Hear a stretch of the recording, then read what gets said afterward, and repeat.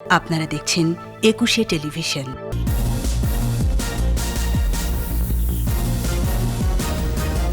ভেজাল বন্ধে কঠোর ব্যবস্থা নেওয়ার নির্দেশ প্রধানমন্ত্রীর। সবার জন্য সুষম খাদ্য নিশ্চিতের আহ্বান।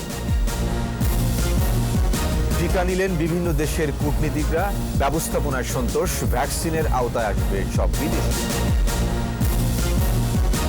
ভ্যাকসিন নিয়ে কোনো সমালোচনায় ধোপে টেকেনি স্পট নিবন্ধন চালুর সিদ্ধান্ত নেই, জানালেন স্বাস্থ্যমন্ত্রী।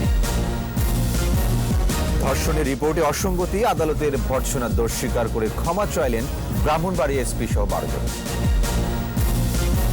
অসহযোগ আন্দোলনে অচল মিয়ানমার, আটক 5 শতাধিক, 6 জনপ্রিয় নাগরিকের বিরুদ্ধে গ্রেফতারি পরোয়ানা।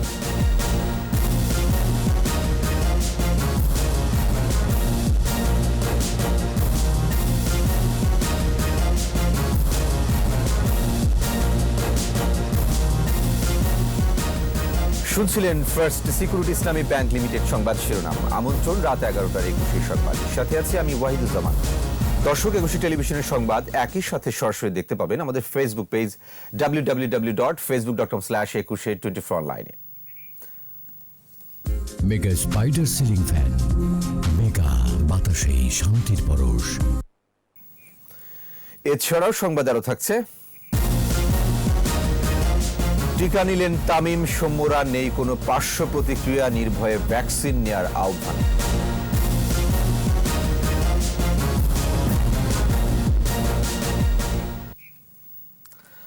আওয়ামী লীগ ব্যবসায়ী নয়, জনগণের সেবক। জাতীয় নিরাপদ খাদ্য দিবসের অনুষ্ঠানে একথা বললেন প্রধানমন্ত্রী শেখ হাসিনা। এ সময় খাদ্যে ভেজাল রোধে কঠোর ব্যবস্থা নেওয়ার নির্দেশ দেন তিনি। খাদ্যে পুষ্টিমান নিশ্চিত করতে গবেষণা বাড়ানোর তাগিদ প্রধানমন্ত্রীর। প্রণব চক্রবর্তী রিপোর্ট। টেকসই উন্নয়ন, সমৃদ্ধ দেশ, নিরাপদ খাদ্যের বাংলাদেশ, এ প্রতিপাদ্যে চতুর্থবারের মতো পালিত হচ্ছে জাতীয় নিরাপদ খাদ্য দিবস। দিবসটি পালনের মূল লক্ষ্য নিরাপদ খাদ্য আইন 2013 বাস্তবায়নের মাধ্যমে মানুষের জীবন ও স্বাস্থ্য সুরক্ষায় নিরাপদ খাদ্য প্রাপ্তির অধিকার নিশ্চিত করা। গণভবন থেকে ভার্চুয়াল প্ল্যাটফর্মে অনুষ্ঠানের উদ্বোধন করেন প্রধানমন্ত্রী শেখ হাসিনা। প্রধানমন্ত্রী বলেন, প্রত্যন্ত অঞ্চল পর্যন্ত খাদ্য নিরাপত্তা নিশ্চিত করতে প্রতিনিয়ত কাজ করছে সরকার। সকলের জন্য সুষম খাদ্য নিশ্চিত করতে খাদ্য অধিদপ্তরকে কাজ করার নির্দেশ দেন তিনি। আমরা যে কোনো পণ্য উৎপাদন করি না কেন, সেগুলোরই একটা পরীক্ষাগার থাকা দরকার এবং পরীক্ষা করেই কিন্তু বাইরে যাবে। খাদ্যের জন্য এটা সবথেকে বেশি গুরুত্বপূর্ণ। সেই জন্য আমার অনুরোধ থাকবে যে আপনারা এই ফুড টেস্টিং ল্যাবরেটরি কেন্দ্রীয়ভাবে হলেও সাথে সাথে প্রত্যেক বিভাগীয় শহরে করা দরকার, আর গ্রাম পর্যায় পর্যন্ত যাতে ফুড টেস্টিং করতে পারে তার সুযোগটাও থাকতে হবে। খাদ্যে পুষ্টিমান নিশ্চিত করার পাশাপাশি ভেজাল রোধে কঠোর ব্যবস্থা নেওয়ার নির্দেশ দেন প্রধানমন্ত্রী। 2 পয়সা বেশি কামাই করার জন্য তারা এই ভেজাল দিতে থাকে বা পচা গন্ধ খাবার সেগুলিকে আবার ব্যবহার করে। এ ব্যাপারেও একদিকে যেমন সচেতনতা সৃষ্টি করতে হবে, অপরদিকে যেটা করতে হবে সেটা হলো কঠোর হস্তে এটা দমনও করতে হবে। অনলাইনে কিন্তু অনেক কেনা বেচা হচ্ছে, যারা করছেন বা সঠিক খাদ্যটা দিচ্ছে কিনা সে ব্যাপারে কিন্তু নজরদারি বাড়ানো একান্তভাবে দরকার। আওয়ামী লীগ জনগণের সেবক উল্লেখ করেন প্রধানমন্ত্রী। বলেন, তার দল সব সময় জনগণের পাশে আছে। যারা ক্ষমতা ছিল তারা আসলে দেশ খাদ্যে স্বয়ংসম্পূর্ণ হোক এটা তারা চায়নি কখনো। আমদানির উপরেই বেশি তাদের আন্তরিকতা ছিল এবং তার কারণ হচ্ছে তাদের নিজেদের কিছু লোক আমদানি করে ব্যবসা করবে। কিন্তু আমি এটা স্পষ্ট বলতে চাই যে আওয়ামী লীগ সরকার ব্যবসা করতে আসেনি, জনগণের সেবা করতে এসেছি, সেবক হিসেবে এসেছি। কাজেই নিজেকে আত্মমর্যাদাশীল জাতি হিসেবে আমরা গড়ে তুলতে চাই। অনুষ্ঠানে মুজিব বর্ষ উপলক্ষে রচনা ও কুইজ প্রতিযোগিতায় পুরস্কার জয়ীদের ধন্যবাদ জানান প্রধানমন্ত্রী শেখ হাসিনা। তাদের ভবিষ্যৎ চিন্তা রয়েছে, এটাই সবথেকে ভালো লাগলো। প্রণব চক্রবর্তী, একুশে টেলিভিশন, ঢাকা। বাংলাদেশের টিকা ব্যবস্থাপনায় সন্তোষ প্রকাশ করেছেন ঢাকায় নিযুক্ত বিভিন্ন দেশের কূটনীতিকরা। রাজধানীর শেখ রাসেল গ্যাস্ট্রো-লিভার ইনস্টিটিউট ও হাসপাতালে টিকা গ্রহণের পর তারা কথা জানান। এদিকে একই সময়ে টিকা নেন পররাষ্ট্রমন্ত্রী ডক্টর এ.কে আব্দুল মোমেন। তিনি বলেন, মিথ্যাচার বন্ধ না করলে আল জাজিরা ও নেত্র নিউজের মতো গণমাধ্যমকে প্রত্যাখ্যান করবে মানুষ। রিপোর্টে আরো জানাচ্ছেন মোহাম্মদ নুরুন নবী। এবার টিকা নিয়েছেন যুক্তরাজ্য, নরওয়ে, ব্রাজিল, লিবিয়া, মালদ্বীপ, নেপাল, ইউরোপীয় ইউনিয়ন সহ বিভিন্ন আন্তর্জাতিক সংস্থার প্রতিনিধিরা। এর আগে আরও কূটনীতিকদের আরেকটি দল টিকা নিয়েছিল কুর্মিটোলা জেনারেল হাসপাতালে। দেশের মানুষের পাশাপাশি বিদেশিদের জন্য টিকা গ্রহণের সুবিধা রাখায় তারা ধন্যবাদ জানান বাংলাদেশ সরকারকে। কোভিড-19 প্রতিরোধ ও টিকার সার্বিক ব্যবস্থাপনায় খুশি কূটনীতিকরা। I'm very pleased to have been given the Oxford AstraZeneca vaccine manufactured in India at the Serum Institute, but originally developed in the UK. Very privileged and hope that this is the start of a global vaccine rollout which will be very, very successful. So yeah, very, very happy. The same vaccine, the same one that it started now to be produced in Brazil. First we had to import the first stock to begin with from India. পররাষ্ট্রমন্ত্রীও টিকা নিয়েছেন কূটনীতিকদের সাথেই। এরপর সাংবাদিকদের মুখোমুখি হন তিনি। জানান, বিভিন্ন উন্নয়ন প্রকল্প ও দূতাবাস সহ বাংলাদেশে অবস্থানরত সকল বিদেশি নাগরিকদের পর্যায়ক্রমে টিকা কর্মসূচির আওতায় আসবে। আমরা মনে করি it is a public good and everyone, no one should be left behind. প্রত্যেক লোক যাতে ভ্যাকসিন পায়, বিকজ মাননীয় প্রধানমন্ত্রী বিশ্বাস করেন একটি লোক যদি অসুস্থ থাকে তাহলে এই রোগ দূর হয় না। বিশ্বের প্রত্যেকটি মানুষের টিকা পাওয়ার অধিকার আছে বলেও জানান পররাষ্ট্রমন্ত্রী। এ সময় অসত্য সংবাদ প্রকাশের জন্য সমালোচনা করেন আল জাজিরা ও নেত্র নিউজের মতো গণমাধ্যমগুলোর। দুঃখের বিষয় যে আল জাজিরার মতো একটা বড় আপনার সংস্থা, একটা তারা এত মিথ্যা কথা বলতে পারে, এত বানোয়াট গল্প বলতে পারে, এইটা তাদের জন্য লজ্জা হওয়া উচিত। তাদের তো পাবলিক গ্রহণ করেই নাই, আর তাদের জন্য তাদের ক্রেডিবিলিটি ইজ অ্যাট স্টেক। এইরকম মিডিয়া থাকা উচিত না, কারণ এত মিথ্যা কথা বলে। তাদের দে শুড বি কনসিয়াস, তাদের এই মুহূর্তে they should be careful about যে এ ধরনের মিথ্যা তাদের বন্ধ করা দরকার, কারণ otherwise they will be wiped out. অনেক দেশ থেকে তারা বাদ হয়ে গেছে, they will be wiped out. প্রধানমন্ত্রী শেখ হাসিনার দূরদর্শী নেতৃত্বের কারণেই বাংলাদেশে টিকা কর্মসূচি সফলভাবে এগিয়েছে বলে উল্লেখ করেন পররাষ্ট্রমন্ত্রী।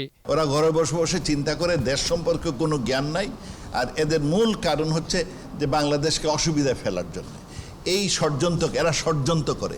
মোহাম্মদ নুরুন নবী, 21 টেলিভিশন, ঢাকা। টিকা নিয়ে অঘটনের কোনো খবর পাওয়া যায়নি, সমালোচনাও ধোপে টেকেনি বলে মন্তব্য করেছেন স্বাস্থ্যমন্ত্রী জাহিদ মালিক। সুরক্ষা ভ্যাকসিন প্রদান অ্যাপস কার্যক্রমের উদ্বোধন শেষে তিনি বলেন, উৎসব মুখর পরিবেশে সবাই টিকা নিচ্ছে, চলতি মাসে আরও টিকা আসবে জানিয়ে মন্ত্রী আরও বলেন, স্পট নিবন্ধন চালুর সিদ্ধান্ত আপাতত নেই। আরও জানাচ্ছেন স্মৃতি মণ্ডল। রাজধানীর কুর্মিটোলা জেনারেল হাসপাতালে সুরক্ষা কোভিড-19 ভ্যাকসিন প্রদান অ্যাপস কার্যক্রম উদ্বোধন করেন স্বাস্থ্যমন্ত্রী জাহিদ মালিক। তথ্য প্রযুক্তি মন্ত্রণালয় ভ্যাকসিন প্রদান আরও সহজ ও দ্রুত করতেই সুরক্ষা ভ্যাকসিন প্রদান অ্যাপস প্রস্তুত করে আইসিটি বিভাগ। এর মাধ্যমে টিকা কেন্দ্রে ভ্যাকসিন প্রদানকারী তাৎক্ষণিকভাবে ডিজিটাল ভ্যাকসিন কার্ডে থাকা কিউআর কোড স্ক্যান করে অথবা সরাসরি জাতীয় পরিচয়পত্র দিয়ে তথ্য যাচাই করে ভ্যাকসিন প্রদান করবে এবং তা সরাসরি সুরক্ষা সার্ভারে আপডেট হবে। ভ্যাকসিন দেওয়ার সময় জাস্ট তার স্মার্টফোন নিয়ে সে ওই ভ্যাকসিন কার্ডের কিউআর কোডটা স্ক্যান করবে, তাহলে কি হবে, কয়েক সেকেন্ডের মধ্যে সেন্ট্রাল ডেটাবেজে সেটা চেক করে ওই ভ্যাকসিন গ্রহীতার যে রেজিস্ট্রেশন করা ছিল সেইটার কোড নাম্বারের সাথে ভেরিফাই করে তাকে এই ইনফরমেশনগুলো আপলোড করে দেবে। চলতি মাসের শেষে ভ্যাকসিনেশনে বাংলাদেশ বিশ্বের কাছে দৃষ্টান্ত হিসেবে থাকবে বলে জানান স্বাস্থ্য সেবা বিভাগের সচিব এম এ মান্নান। কত তাড়াতাড়ি কত লক্ষ মানুষকে ভ্যাকসিন প্রদান করা সম্ভব, বাংলাদেশ হবে পৃথিবীতে একটা নজির। এখন পর্যন্ত আমরা 12-13 পজিশনে আছি ওয়ার্ল্ডে। মাসের শেষের দিকে আসলে যখন কাউন্ট করা হবে আমরা 4-5 নম্বরে থাকতে পারি পৃথিবীতে। পরে স্বাস্থ্যমন্ত্রী সাংবাদিকদের প্রশ্নের উত্তরে বলেন, প্রতিদিনই টিকা গ্রহণকারী ও নিবন্ধনের সংখ্যা বাড়ছে, টিকা নিয়ে একটিও অঘটনের খবর পাওয়া যায়নি। এ পর্যন্ত প্রায় 15 লক্ষেরও বেশি লোক টিকা নিয়েছে। আজকে যদি ধরি তাহলে এটা 17 লক্ষ হয়ে যাবে, এবং আজকে যদি নিবন্ধনের ফিগারটাও ধরি তাহলে এটা 27 লক্ষ হয়ে যাবে।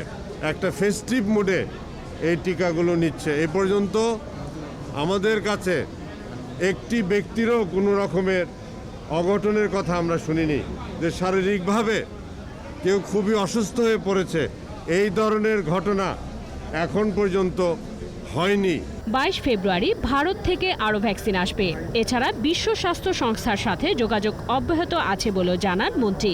প্রায় 20 লক্ষ টিকা আমাদের কাছে এ মাসে পৌঁছে যাবে। WHO সাথে কথা হয়েছে, হয়তোবা তারা যদি টিকা পেয়ে যায় বিভিন্ন সোর্স থেকে, তারাও বাংলাদেশকে বড় সংখ্যায় তারাও হয়তো টিকা দিতে পারবে আগামী 1-2 মাসের মধ্যে। বয়স্কদের স্পট নিবন্ধনের বিষয়ে জানতে চাইলে মন্ত্রী বলেন, এখনই স্পট নিবন্ধন চালু করা হচ্ছে না। যারা আসতে পারবে না হাসপাতালে। স্মৃতি মণ্ডল, একুশে টেলিভিশন, ঢাকা। করোনায় আরও 15 জনের মৃত্যু হয়েছে, নিয়ে মোট মৃত্যু 8,329। মৃত্যুর হার 1.53%। স্বাস্থ্য অধিদপ্তরের তথ্য বলছে 349 জন করোনায় পরীক্ষা হয়েছে 14,603 জনের। এর মধ্যে শনাক্ত 391। মোট করোনা শনাক্তের সংখ্যা 5,42,268। নতুন 678 জন সহ সুস্থ হয়েছেন 4,89,932। করোনায় দৈনিক সংক্রমণ হার 2.68%। সুস্থতার হার 90.35%।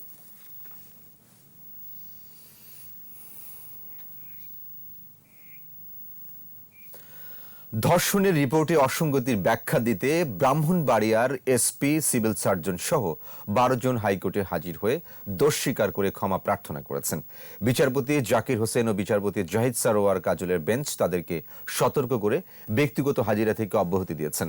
আদালতকে এসপি জানান, ব্রাহ্মণবাড়িয়ায় ধর্ষণের অভিযোগে অনেক মিথ্যা মামলা হচ্ছে। শাকের আরজুর রিপোর্ট। বৃহস্পতিবার সকালে ব্রাহ্মণবাড়িয়ার পুলিশ সুপার সহ 3 জন ও 9 জন ডাক্তার হাইকোর্টে হাজির হন। আদালত 7 বছরের কন্যা শিশুকে 11 বছরের ছেলে শিশুর দ্বারা ধর্ষণের ঘটনার ডাক্তারি প্রতিবেদন ও তদন্ত কর্মকর্তার প্রতিবেদনের অসঙ্গতি তুলে ধরে ক্ষোভ প্রকাশ করেন। পুলিশ তদন্ত কর্মকর্তা ও ডাক্তারদের বক্তব্য শোনেন আদালত। আদালত ডাক্তারদের বলেন, ছেলে ও মেয়ে শিশুর মেডিকেল ফর্মে প্রচুর অসঙ্গতি রয়েছে।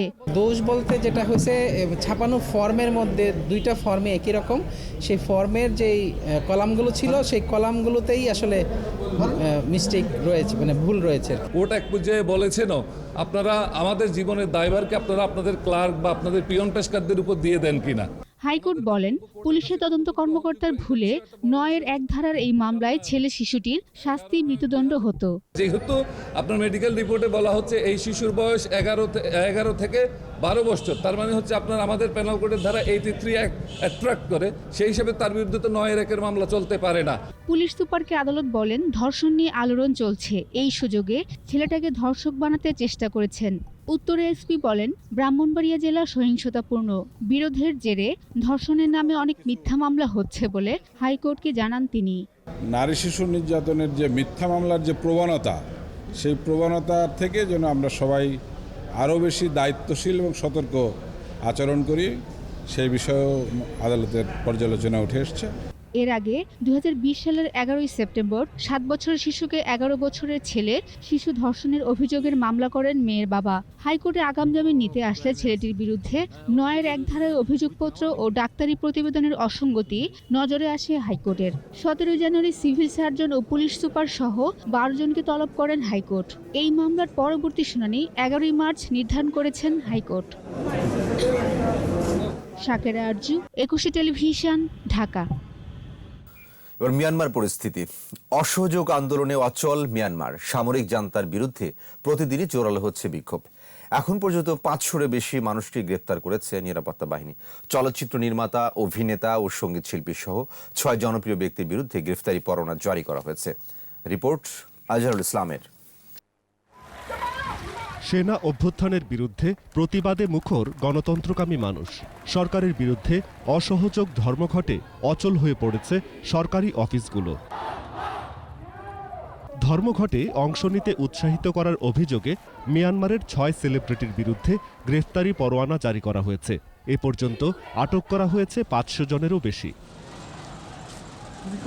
সকালের দিকে ইয়াঙ্গুন বিশ্ববিদ্যালয় ক্যাম্পাসে শিক্ষার্থীরা জড়ো হতে শুরু করলে তাদের বাধা দেয় পুলিশ। পরে শহরের বিভিন্ন অংশে ছড়িয়ে পড়ে বিক্ষোভ করেন তারা। আইন অমান্য আন্দোলনের অংশ হিসেবে গেল রাত থেকে ট্রেন চলাচল বন্ধ করে দেন রেলকর্মীরা। পরে নিরাপত্তা বাহিনীর সদস্যদের উপস্থিতিতে সকাল থেকে রেল চলাচল স্বাভাবিক হয়।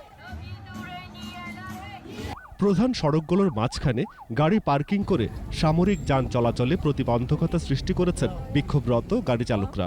দেশজুড়ে সড়কগুলোতে অবস্থান নেওয়া মানুষের সংখ্যা লাখ ছাড়িয়ে গেছে।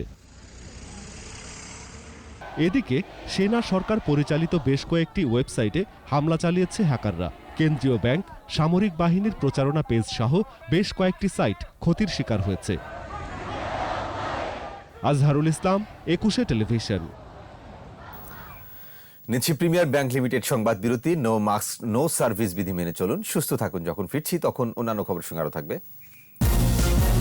মাস্ক ছাড়া শহীদ মিনারে প্রবেশ করা যাবে না, সংগঠনের পক্ষে 5 জনের বেশি জনসমাগম হয়। সরকারি প্রকল্পে পরিবেশসম্মত ইট ব্যবহার বাধ্যতামূলক করার প্রস্তাব, পাহাড় কাটা বন্ধে ট্রাইব্যুনাল গঠনের দাবি। আবার আমন্ত্রণ রাত 11টার 21 সংবাদ। সড়ক পরিবহন ও সেতুমন্ত্রী ওবায়দুল কাদের বলেছেন, সড়ক দুর্ঘটনা নিয়ন্ত্রণ ও নিরাপত্তা ইজি বাইক, 3 হুইলার নিয়ন্ত্রণে যানবাহনগুলো রেজিস্ট্রেশনের আওতায় আনা হবে। ভিডিও কনফারেন্সে বিআরটির প্রধান কার্যালয়ে জাতীয় সড়ক নিরাপত্তা কাউন্সিলের 28তম সভায় তিনি একথা বলেন। সকল উন্নয়ন ম্লান হয়ে যাবে যদি আমরা কার্যকর ও দক্ষ সড়ক মহাসড়ক ব্যবস্থাপনা গড়ে তুলতে না পারি, যদি সড়কে শৃঙ্খলা ফিরিয়ে না আনতে পারি, যদি আমরা শৃঙ্খলা ফিরিয়ে না আনতে পারি পরিবহনে, তাহলে আমাদের এই উন্নয়নের অবকাঠামো নির্মাণের যে বিশাল কর্মযজ্ঞ এবং সারা দেশে যে ঈর্ষণীয় পরিবর্তন সাধিত হয়েছে, এগুলো বৃথা হয়ে যাবে। নির্বাচনে সবার জন্য সমান সুযোগ সুবিধা দেওয়ার আহ্বান জানিয়েছেন জাতীয় পার্টির চেয়ারম্যান জি.এম. কাদের। বনানী দলীয় কার্যালয়ে বর্ধিত সভায় তিনি বলেন, সাম্প্রতিক নির্বাচনগুলোতে রাজনৈতিক দলগুলোকে সমান সুযোগ দেওয়া হচ্ছে না। এর জন্য কোনো কোনো রাজনৈতিক দলের প্রার্থী 100টিতে জয়লাভ করেছে, আবার অন্য দলগুলো একটিও জয় হচ্ছে না। তিনি জানান, জাতীয় পার্টির স্বতন্ত্র নির্বাচন করেছে, কারো বি টিম হিসেবে নয়। দলকে সুসংগঠিত করতে প্রান্তিক পর্যায়ের নেতাকর্মীদের কাজ করারও নির্দেশ দেন জি.এম. কাদের।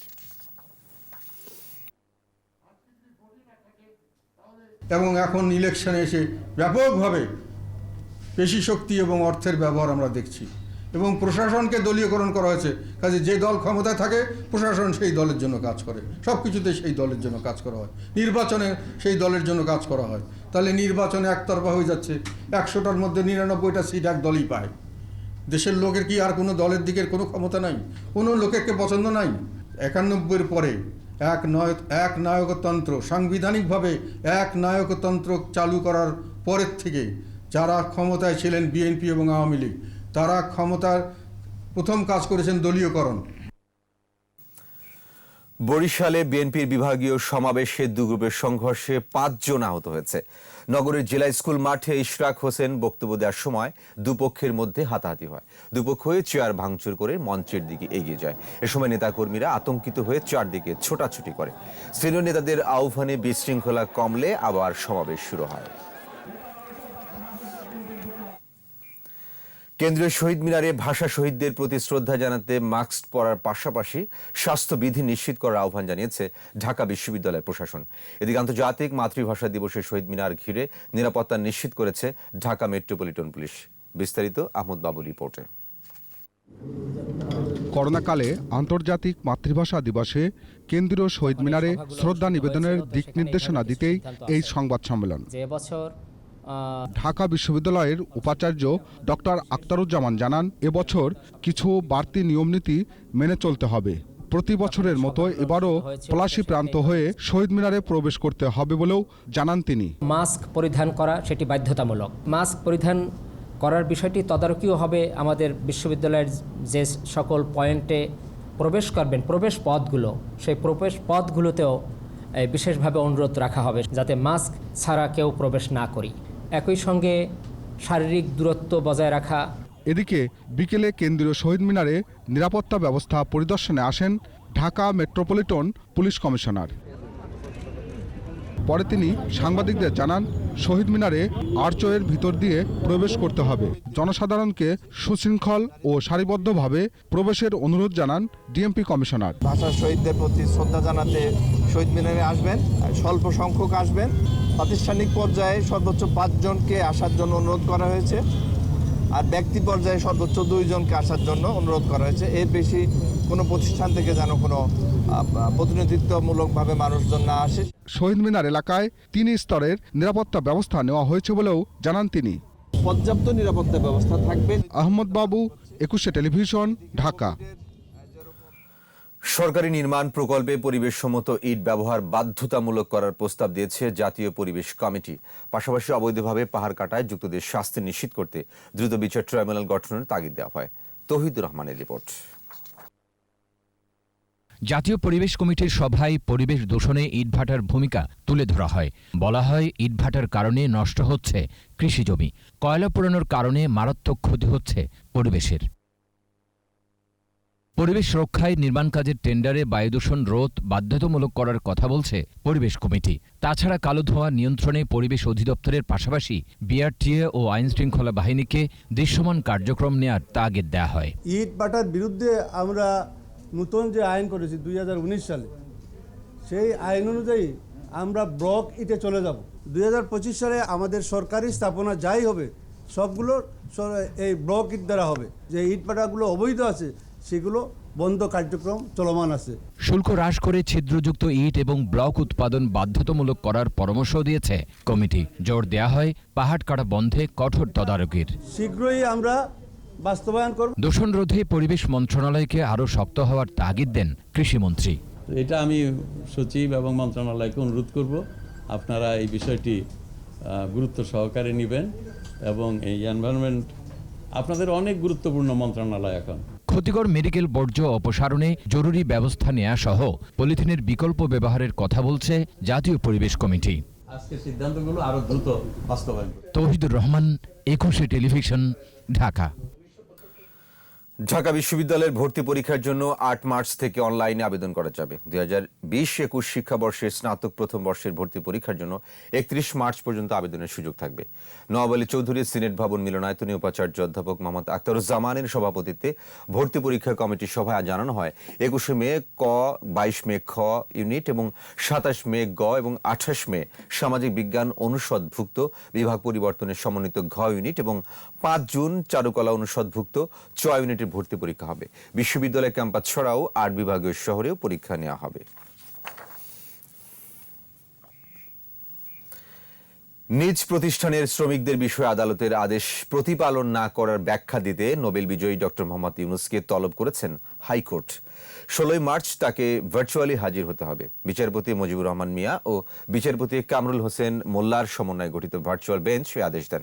এর আগে শ্রমিক কর্মচারী ইউনিয়ন সিবিএর সঙ্গে আলোচনা না করে গ্রামীণ টেলিকমের 100 কর্মীকে ছাঁটাই করেন বলে ডক্টর ইউনূসের বিরুদ্ধে অভিযোগ ওঠে। সেই নোটিশের বিরুদ্ধে হাইকোর্টে আবেদন করা হয়।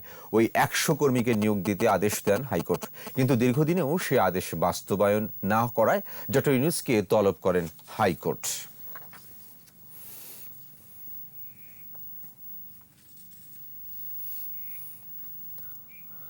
আল জাজিরায় প্রচারিত তথ্যচিত্রের প্রধান চরিত্র সামি সহ 4 জনের বিরুদ্ধে রাষ্ট্রদ্রোহের মামলার আবেদনের বিষয়ে আদেশের জন্য 23 মার্চ তারিখ ধার্য করেছেন আদালত।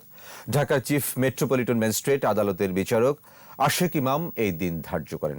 মামলা আবেদনটি করেন বঙ্গবন্ধু ফাউন্ডেশনের নির্বাহী সভাপতি অ্যাডভোকেট আব্দুল মালিক। মামলার অন্য আসামিরা হল নেত্র নিউজের প্রধান সম্পাদক ইউরোপ প্রবাসী তাসলিম খলিল, সাংবাদিক ডেভিড বার্গম্যান ও আল জাজিরা টেলিভিশনের ডিরেক্টর জেনারেল মোস্তফা সোভাগ।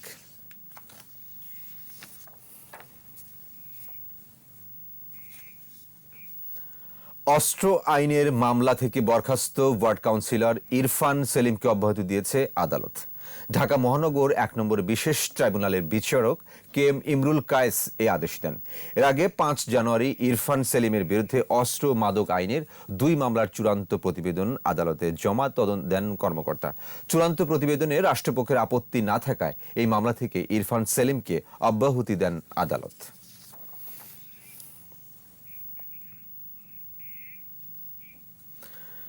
নিচ্ছি প্রিমিয়ার ব্যাংক লিমিটেড সংবাদ বিরতি। নো মাস্ক নো সার্ভিস বিধি মেনে চলুন, সুস্থ থাকুন। যখন ফিরছি তখন অন্যান্য খবরের সঙ্গে আরো থাকবে। পুঁজিবাজারে দরপতন অব্যাহত, লেনদেনের পরিমাণও কমেছে।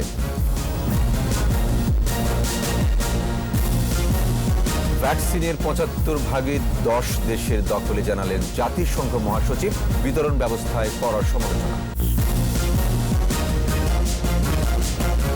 আবার আমন্ত্রণ রাত 11টার 21 সংবাদে। সিলেট থেকে সুনামগঞ্জ হয়ে নেত্রকোনা পর্যন্ত রেল লাইন যাবে, সে লক্ষ্যে কাজ চলছে বলে জানিয়েছেন পরিকল্পনা মন্ত্রী M A Mannan. Sylhet press ক্লাবে মাদকদ্রব্য নেশা নিরোধ সংস্থার আলোচনা ও জেলা কমিটির অভিষেক অনুষ্ঠানে এ কথা জানান তিনি।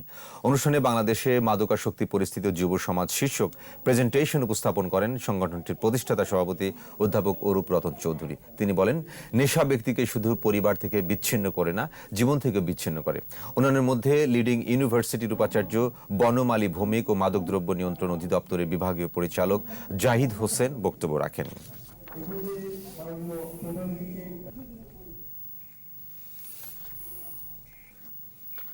সুন্দরবন পূর্ব বন বিভাগে 20 বছরে 24 বার আগুনের ঘটনা হলেও তদন্ত কমিটির প্রতিবেদনে করা সুপারিশ 15 বছরেও বাস্তবায়ন হয়নি। প্রয়োজনীয় ব্যবস্থা না নেওয়ায় বারবার আগুনের ঘটনা ঘটছে বলে দাবি পরিবেশবিদ ও বন সংলগ্ন এলাকার মানুষের। বন বিভাগের দাবি, বন সংলগ্ন খাল খনন সহ 3টি সুপারিশের মধ্যে 2টি বাস্তবায়নের পথে। বাগেরহাট প্রতিনিধি HM মইনুল ইসলামের রিপোর্ট, জানাচ্ছেন রত্না জামান।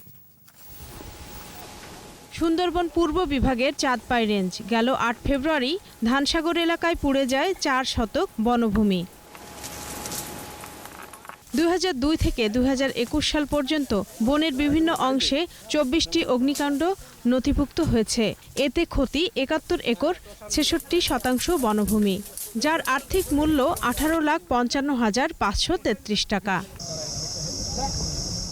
শুষ্ক মৌসুমে আগুন দিয়ে পরবর্তীতে ওই এলাকা থেকে মাছ আহরণের জন্য আগুন দেয়া হয় বলে জানায় স্থানীয়রা।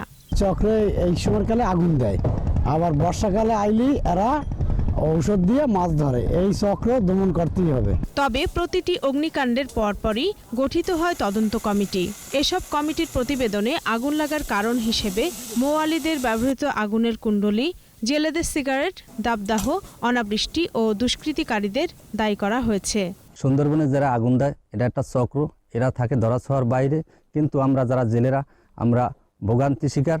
এদের চিহ্নিত করে এই বিচার আয়ত্তে আনা হোক, এই জোর দাবি আমরা করতেছি। প্রতিবেদনে সুন্দরবন সংলগ্ন নদী ও খাল খনন, অগ্নিকাণ্ড প্রবণ এলাকায় প্রতি 2 কিলোমিটার পরপর ওয়াচ টাওয়ার নির্মাণ করে নজরদারির সুপারিশ করা হয়। ওয়াচ টাওয়ার নির্মাণ এবং তারের বেড়ানো দেওয়া সীমান্ত এলাকায়, সীমান্তে দিয়া সেটা আমরা টাইম কনজারভেশন প্রজেক্ট এটা প্রস্তাব করা হয়েছে। সেই প্রজেক্টে যদি পাস হয় তাহলে আমরা এই দুইটা বাস্তবায়ন করতে পারবো। তাহলে আমাদের আগুন যে প্রতিরোধ আমরা এটা করতে পারবো বলে আমরা আশাবাদী। তবে এত বছর ধরে এসব সমস্যার সমাধানে উল্লেখযোগ্য অগ্রগতি নেই, তাই সুপারিশ বাস্তবায়নের তাগিদ বিশেষজ্ঞদের। কাঁটাতারের বেড়া নির্মাণ করতে হবে, খাল খনন করতে হবে এবং পর্যাপ্ত নিরাপত্তা চৌকির মাধ্যমে নজরদারি বাড়াতে হবে। তাহলে এসব অগ্নিকাণ্ডের ঘটনা বন্ধ করা সম্ভব হবে। সুন্দরবন রক্ষায় সরকারের উচ্চ পর্যায়ের কড়া নজরদারি ও তদারকি দাবি করেছেন স্থানীয়রা।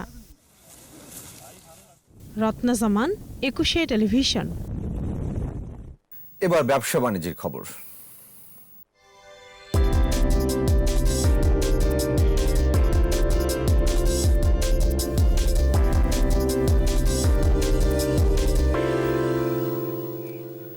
শরিয়া ভিত্তিক আধুনিক ব্যাংকিং সেবা দেওয়ার লক্ষ্যে চট্টগ্রামের আগ্রাবাদে ফার্স্ট সিকিউরিটি ইসলামী ব্যাংকের এটিএম বুথ উদ্বোধন করা হয়েছে। ব্যাংকের অতিরিক্ত ব্যবস্থাপনা পরিচালক মোস্তফা খায়ের এই বুথের উদ্বোধন করেন। এ সময় ব্যাংকের আঞ্চলিক অফিস, চট্টগ্রাম দক্ষিণের আঞ্চলিক প্রধান মোহাম্মদ কামাল উদ্দিন, আগ্রাবাদ শাখার ব্যবস্থাপক মোহাম্মদ নিয়ামতুল্লাহ, কার্ড ডিভিশনের প্রধান তানভীর আহমেদ চৌধুরী সহ ঊর্ধ্বতন কর্মকর্তারা উপস্থিত ছিলেন। এ উপলক্ষে দোয়া মাহফিলের আয়োজন করা হয়।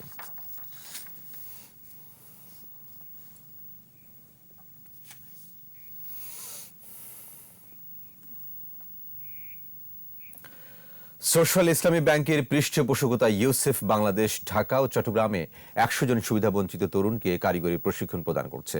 ইউসেফ যাত্রাবাড়ি টেকনিক্যাল স্কুলে এই সনদপত্র বিতরণ অনুষ্ঠানের আয়োজন করা হয়। অনুষ্ঠানে প্রধান অতিথি ছিলেন সোশ্যাল ইসলামী ব্যাংক লিমিটেডের উপব্যবস্থাপনা পরিচালক Abu Naser Chowdhury. UCEP SIBL skills training project এর আওতায় রেফ্রিজারেশন অ্যান্ড এয়ার কন্ডিশন ট্রেডের প্রথম ব্যাচে 25 জন শিক্ষার্থী প্রশিক্ষণ সম্পন্ন করে। অনুষ্ঠানে আরও উপস্থিত ছিলেন গাজী গ্রুপের পরিচালক বদরুল আলম খান, মেঘনা গ্রুপের চিফ অপারেটিং অফিসার MA বাকার, অনন্ত হুয়াশিয়াং লিমিটেডের ডেপুটি জেনারেল ম্যানেজার শামীম ইমাম, নাসা গ্রুপের পরিচালক কাজী আজিজুল ইসলাম এবং ইউসেফ বাংলাদেশের পরিচালক দিদারুল আলম চৌধুরী। কনফিডেন্স পাওয়ার বগুড়া ও কনফিডেন্স পাওয়ার বগুড়া একের প্রেফারেন্স শেয়ার ইস্যু বিষয়ক সমাপনী অনুষ্ঠিত হয়েছে।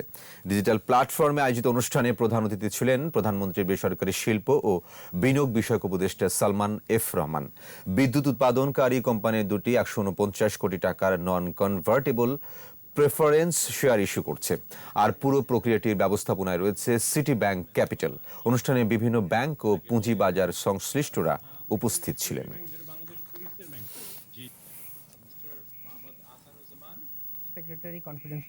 আর এরই সাথে শেষ করছি রাত 11টার 21 সংবাদ। যাওয়ার আগে ফার্স্ট সিকিউরিটি ইসলামী ব্যাংক লিমিটেড সংবাদ শিরোনামগুলো আরও একবার। ভেজাল বন্ধে কঠোর ব্যবস্থা নেওয়ার নির্দেশ প্রধানমন্ত্রীর, সবার জন্য সুষম খাদ্য নিশ্চিতের আহ্বান। টিকা নিলেন বিভিন্ন দেশের কূটনীতিকরা, ব্যবস্থাপনার সন্তোষ, ভ্যাকসিনের আওতায় আসবে সব বিদেশি। ভ্যাকসিন নিয়ে কোনো সমালোচনায় ধোপে টেকেনি, স্পট নিবন্ধন চালুর সিদ্ধান্ত নেই, জানালেন স্বাস্থ্যমন্ত্রী। ধর্ষণের রিপোর্টে অসঙ্গতি, আদালতের ভর্ৎসনা, দোষ স্বীকার করে ক্ষমা চাইলেন ব্রাহ্মণবাড়িয়ার SP সহ 12 জন। অসহযোগ আন্দোলনে অচল মিয়ানমার, আটক 5 শতাধিক, 6 জনপ্রিয় নাগরিকের বিরুদ্ধে গ্রেফতারি পরোয়ানা।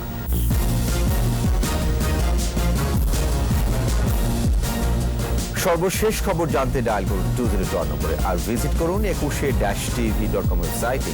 এছাড়া ফেসবুকে লগ ইন করতে পারেন facebook.com/2124 অনলাইনে। পরের সংবাদ রাত 1টায় দেখার আমন্ত্রণ রইল। স্বাস্থ্যবিধি মেনে চলুন, সুস্থ থাকুন। ধন্যবাদ।